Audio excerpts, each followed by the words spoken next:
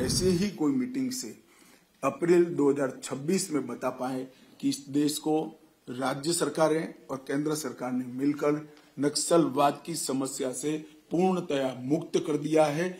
मैं जब छत्तीसगढ़ नई सरकार बनने के बाद 21 जनवरी को गया था, तब काफी डिटेल प्लानिंग छत्तीसगढ़ सरकार और भारत सरकार के मिलकर किया था। 2 दिन तक विकास और नक्सली ऑपरेशन दोनों की दृष्टि से एक डिटेल रणनीति का हमने चॉकआउट करने का काम किया था। जनवरी से अब तक लगभग 194 नक्सली छत्तीसगढ़ में सुरक्षा बलों के साथ मुठभेड़ में मारे गए हैं।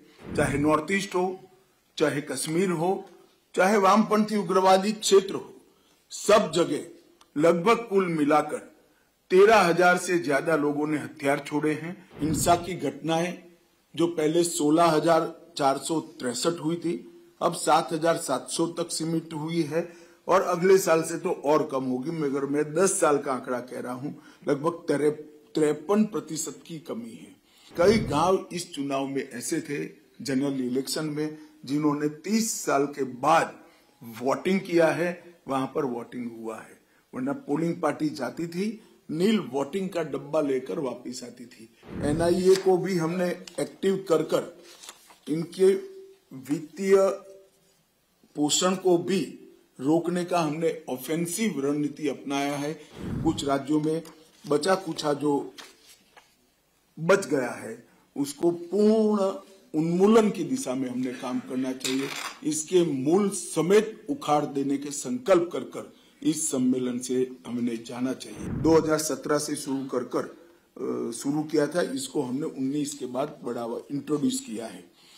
विशेष केंद्रीय सहायता SCA ये भी एक नई योजना हुई है और इसके तहत 3590 करोड़ रुपया ये 10 साल के अंदर लगभग 19 के बाद हमने खर्चने का काम किया है और कुल मिलाकर अब तक 14,367 करोड़ रुपया इसका अनुमोदित किया है और 12,000 करोड़ रुपए का खर्च हुआ है।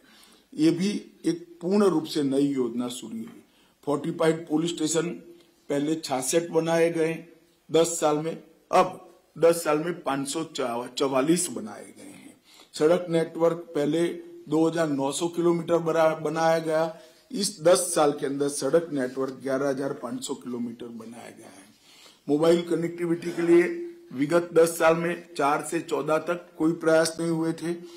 14 से 24 में 15,300 टावर लगा दिए गए हैं और उसमें से 5139 टावर को 4G का भी बनाने का काम समाप्त हुआ है। एकलव्य मॉडल स्कूल 2014 के पहले 38 स्वीकृत हुए थे, एक भी नहीं बना था। अब 216 स्वीकृत हुए और उसमें से 165 एकलव्य मॉडल स्कूल अस्तित्व में आ गए हैं।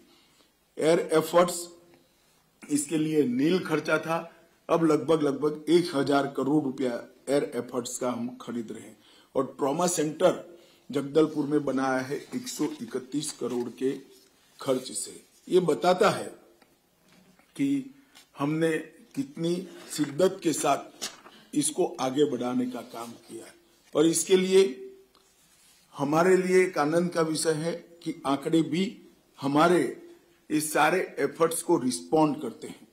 हिंसा की घटनाएं जो पहले 16,463 हुई थी, अब 7,700 तक सीमित हुई है और अगले साल से तो और कम होगी। मगर मैं 10 साल का आंकड़ा कह रहा हूं, लगभग 53% की कमी है और नागरिक और सुरक्षा बलों की मृत्यु में 70% की कमी हुई है।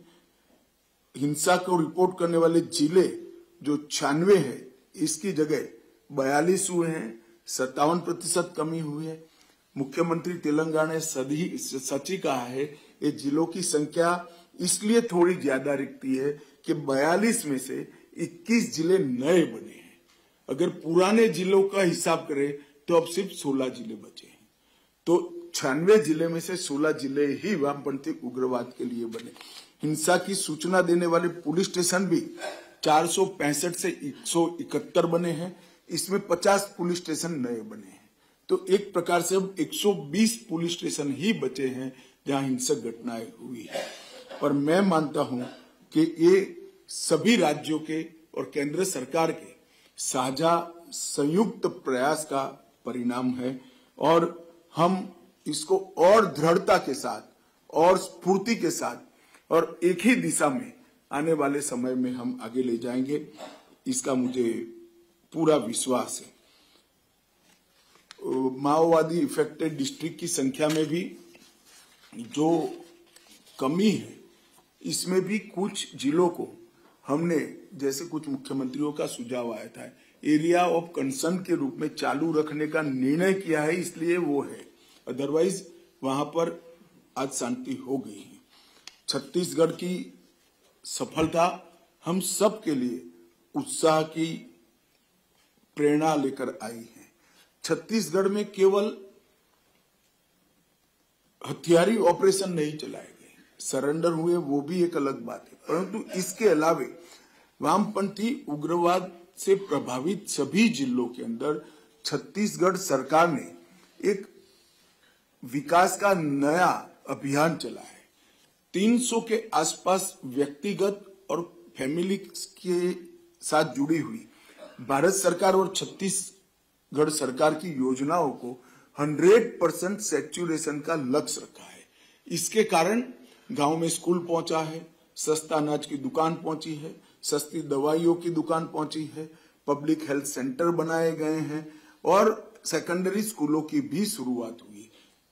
और मुझे कहते हुए आनंद हुआ है कि कई गांव इस चुनाव में ऐसे थे, जनरल इलेक्शन में, जिन्होंने 30 साल के बाद वोटिंग किया है, वहां पर वोटिंग हुआ है, वरना पोलिंग पार्टी जाती थी, नील वोटिंग का डब्बा लेकर वापस आती थी।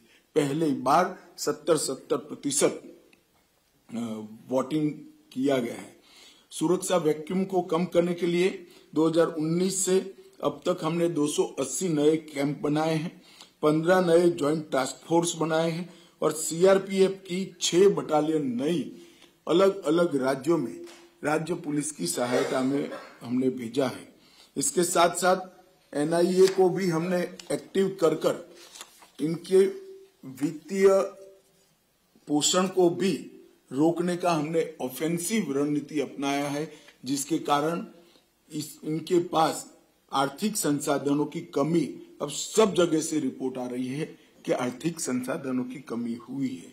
डिफेंसिव नीति को बदलकर ऑफेंसिव रणनीति अपनाई है। कई ऑपरेशन 13 दिन, 10 दिन, 12 दिन के चलाए गए, जिसके कारण घेरा कर अगर 12 दिन ऑपरेशन चलता है तो उनको भागने का समय नहीं मिलता है। एनआईए द्वारा प्रोसिक्यूशन के सभी बिंदुओं को समाहित करते हुए एक अच्छा ट्रेनिंग प्रोग्राम बनाया है।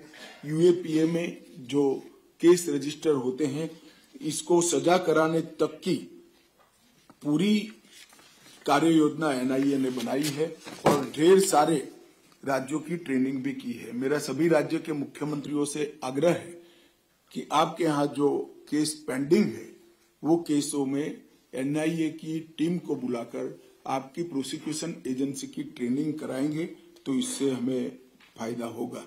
केंद्र सरकार ने कई फ्लैगशिप योजनाओं के अलावे सड़क, टेलीकम्युनिकेशन सुविधाओं की सुधार, वित्तीय समावेशन, कौशल विकास, शिक्षा, स्वास्थ्य और पोषण, ये सभी बिंदुओं पर एक बहुत थ्रस्ट देकर काम करना शुरू किया। इसके भी अच्छे नतीजे मिले हैं। माननीय प्रधानमंत्री जी ने 2 अक्टूबर को झारखंड की भूमि से धरती आबा जनजातीय ग्राम उत्कर्ष अभियान चलाया और वामपंथी उग्रवाद प्रभावित क्षेत्र में 15,000 से ज्यादा गांव और लगभग 1.5 करोड़ की आबादी को व्यक्तिगत सुविधाओं के लिए और ग्रामीण क्षेत्र के संपूर्ण सैचुरेशन के लिए तो धरती आबा जनजातीय ग्राम उत्कर्ष अभियान एक मील का पत्थर साबित होने वाला है। मेरा सभी मुख्यमंत्रियों से आग्रह है कि इसको अपने अपने राज्य में आप स्वयं मॉनिटर करिए और इसको आगे बढ़ाइए। टेलीफोन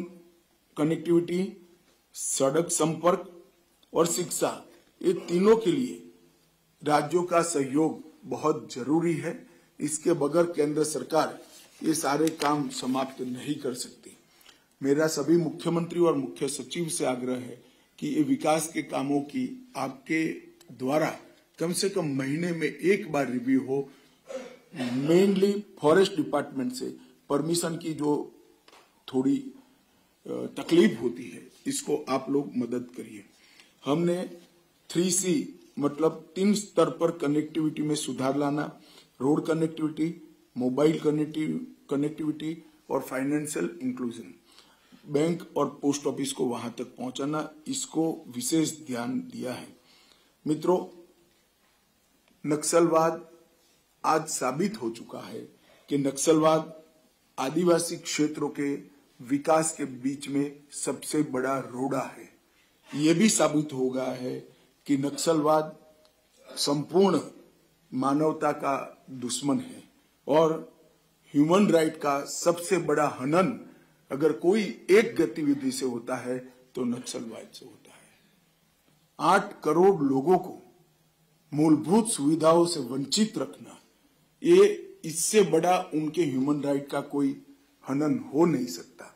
हजारों सैकड़ों आदिवासी भाई निर्दोष इनकी लगाई हुई आईईडी से मारे जाते हैं।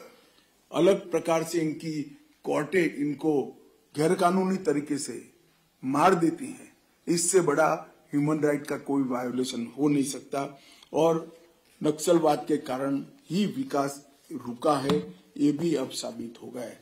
अतः हम सब के लिए जरूरी है कि इसको हम एक बार फाइनल पुश देकर समाप्त करें।